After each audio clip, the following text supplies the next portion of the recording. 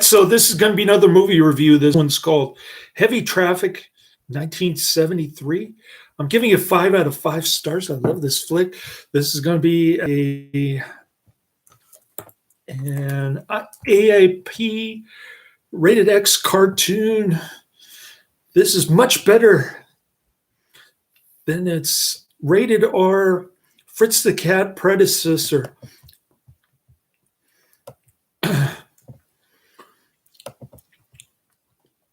Some parts are kind of dumb and early 7 kind of dated stuff, but the poster says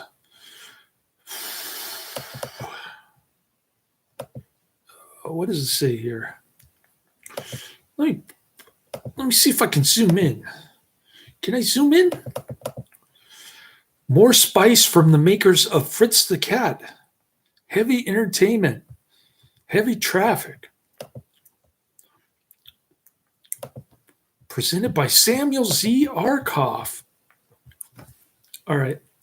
So Heavy Traffic is a 1973 American live-action adult animated drama film written and directed by Ralph Bakshi. I don't know who Ralph Bakshi is.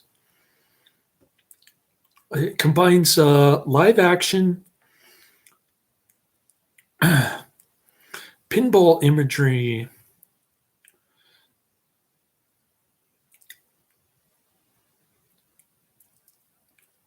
begins and ends with live action pinball imagery. That's what I wanted to say. It was Bakshi's and producer Steve Krantz follow-up to the film Fritz the Cat. The producer Krantz made varied attempts to produce an R-rated film. Heavy Traffic was given an X rating by the MPAA. I guess cartoons with sex in it is X-rated. Okay. The film received largely positive reviews, including mine, and is widely considered to be Bakshi's biggest critical success. All right, so Bakshi did Fritz the Cat. Now I know.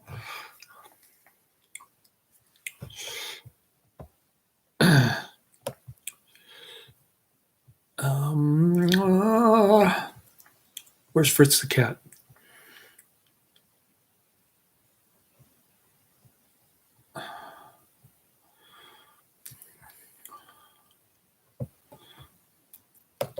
All right. I'll fix that later because I've reviewed Fritz the Cat and I gave it 2 out of 5 stars. Much lower rating than this. Same director, though. Okay, this plot is not too long, but I'm going to go through it. The film begins in live action and introduces the protagonist, Michael Corleone, a 22-year-old virgin playing pinball in New York City while asking himself philosophical questions. And it's supposed to be like a semi-automatic auto. It's supposed to be a semi-autobiographical movie based on when Bakshi would often spend his time playing pinball at the penny arcades. He wanted to use it as a metaphor to examine the ways of the world. Okay. I think he was high on acid. That's my guess. Anyway, as he was probably high as a kite on acid. And that's how the pinball got hooked up to metaphorical philosophical questions. Metaphysical philosophical questions. Excuse me. I couldn't get that out. I was so hungry after eating those those ghost pepper noodles that I just went to Safeway and bought a ton of food, including but not limited to 2 crispy pepperoni Hot Pockets, which burned the roof of my mouth, of course, but I had my Bundaberg here to wash it down. I'm well stocked on Bundaberg, even though Safeway doesn't have it. It's an empty shelf. I have to go all the way to the Draeger's in San Mateo to get these fruit flavored Bundaberg drinks. So as he plays on and pinball and ponders, Michael then begins to envision how he sees things as the scene then transitions into animated and dangerous New York neighborhood. This is the fun part. Michael's Italian father, Angelo Angie Corleone, is a struggling mafioso who frequently cheats on Michael's Jewish mother, Ida. The couple constantly bicker and try to kill each other at every opportunity. This movie is way out there and totally whack. I didn't like a couple parts, like when Angie is telling the striking workers to go to work, and they're telling them to F off. I didn't like that part.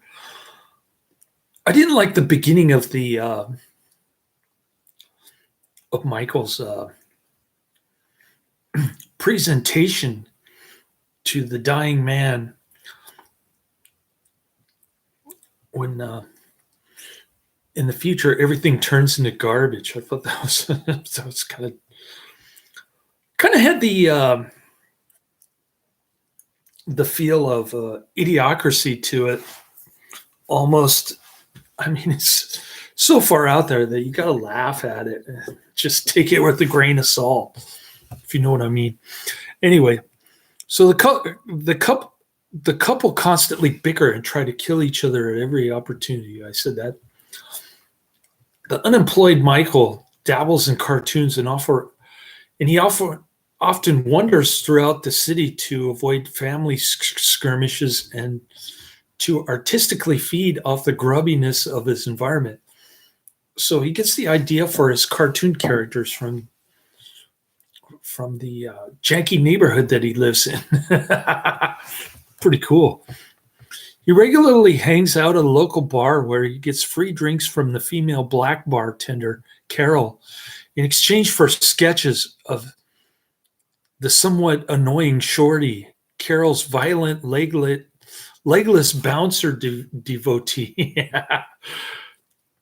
One of the regular customers at the bar, a nymphomaniac crossdresser named Snowflake, gets beaten up by a tough drunk in a hard hat after Snowflake seduces him into a lot of passionate kissing and heavy petting, during which the man reaches down between Snowflake's legs to discover Snowflake has a penis. Snowflake loves the beating due to his masochism, but the drunk causes property damage. Shorty throws the drunk out and brutally kills him soon after. While the bar's white manager abusively confronts Carol over this, fed up with her manager, Carol quits. By the way, a lot of white people say the N-word in this one. It's a little unsettling. I'm used to like Fred the Hammer Williamson saying the N-word 1,000 times because that's how he talked to his friends when he was a youngin'. But this one has a lot of white people using the N-word. It's kind of awkward. I can't get away with it. And nowadays, that's why it's a 1973 film. So the budget was $950,000. The box office was $1.5 million. It made a little bit of money. All the AIP movies make a little bit of money, even when after Roger Corman left. So Shorty offers to let Carol stay at his place, but not wanting to get involved with him, Carol tells Shorty a lie that she's staying with Michael. Meanwhile, Angie manages a strike at a mob-controlled factory. Oh, this is my least favorite part. But when he reveals his plan to replace the strikers with unemployed black workers, the Godfather abandons him in disapproval. I thought the Godfather was upset because he's trying to hire a hitman to get rid of his son. He's mixing personal stuff with his mobster business because he doesn't like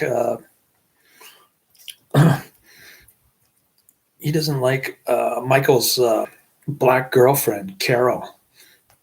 He calls her the N-word, so he wants to kill his son just because his son is dating a black woman. So Michael allows Carol to stay with him, but the Collerone's deteriorating domestic situation convinces Michael and Carol to move out of Michael's parents' house and try to earn enough money to move to California in order to avoid Shorty, who's been stalking Carol since she quit the bar. Michael gets a chance to pitch a comic strip idea to an old executive lying on his deathbed, who seems enthusiastic enough to listen to the idea. The abnormally dark tone of Michael's story is too much for the mogul, and he dies during the pitch. Like people turning into garbage. That was a little strange. That kind of irritated me a little bit, but okay. I still love this film. It's a visual feast. It kind of mixes live action with animation and sketches and all this other stuff. It's just these images are flying at you 100 miles an hour, and it's just great. It's like whoever was behind this Bakshi guy was probably on acid when he did this movie, because it looks like all the images look like somebody's been taking acid and they're showing it to you on the screen here. Anyways,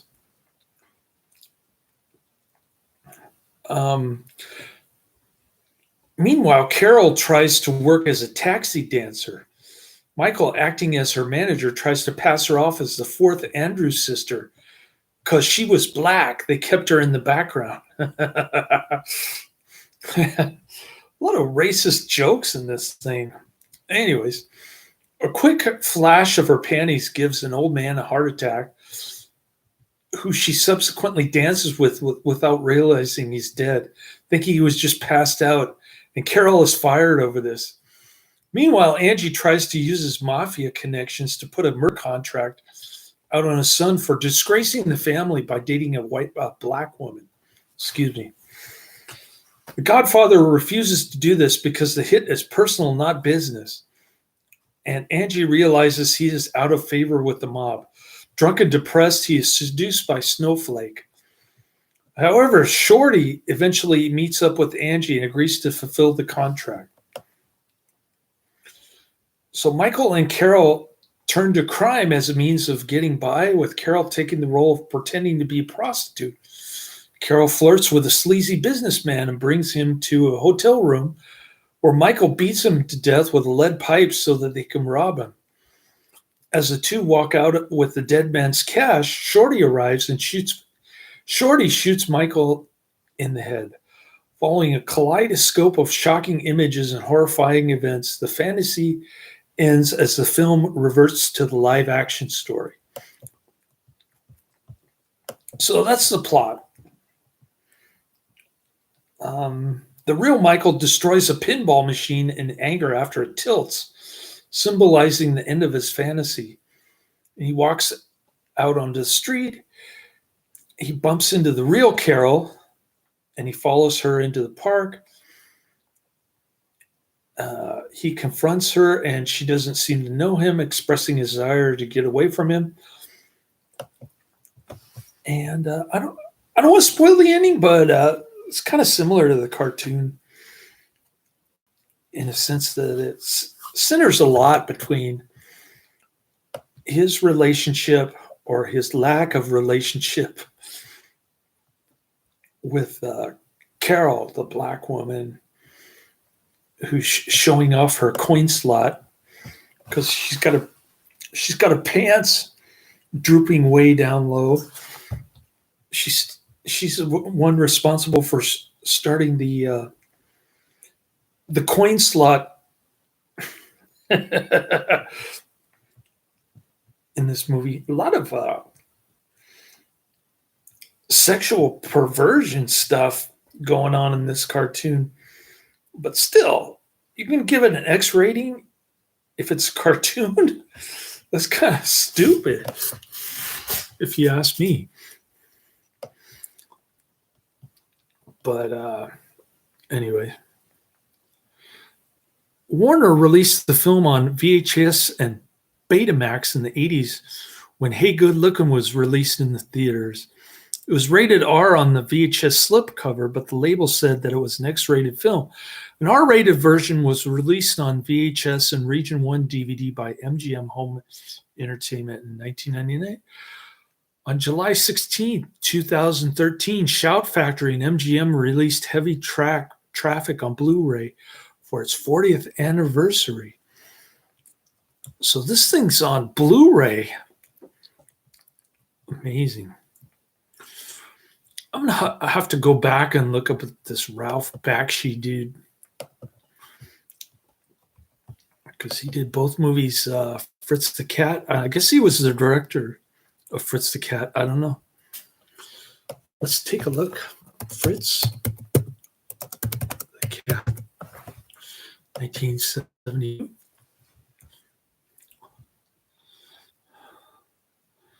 Oh, Fritz the Cat is NC-17 now. It used to be R, now it's NC-17. Yep, it's written and directed by Ralph Bakshi. So I'm going to put his name in the description box on both. For this video, I put the trailer and the link to the movie, which has a bunch of unrelated 80s music remixed into it. It's got Hall & Oates, I Can't Go For That, and Michael McDonald, some early 80s music. So there's that. And if you click on the link, you're going to say, wait a minute, what's this 80s music doing in the 1973 movie? It's got Diana Ross and Hall & Oates and Michael McDonald. I don't think Michael McDonald became a big star until the early 80s when he started doing Doobie Brothers music, and then he went solo. All right, so I didn't get my two Netflix DVDs that I was expecting, the older movies. The lamestream old movies, boring section of my queue. The torture me more section of my queue. Anyways, that's good news for Karate Man anyway, because the first one on my list for tomorrow morning is Shoot Fighter Fight to the Death, 1993.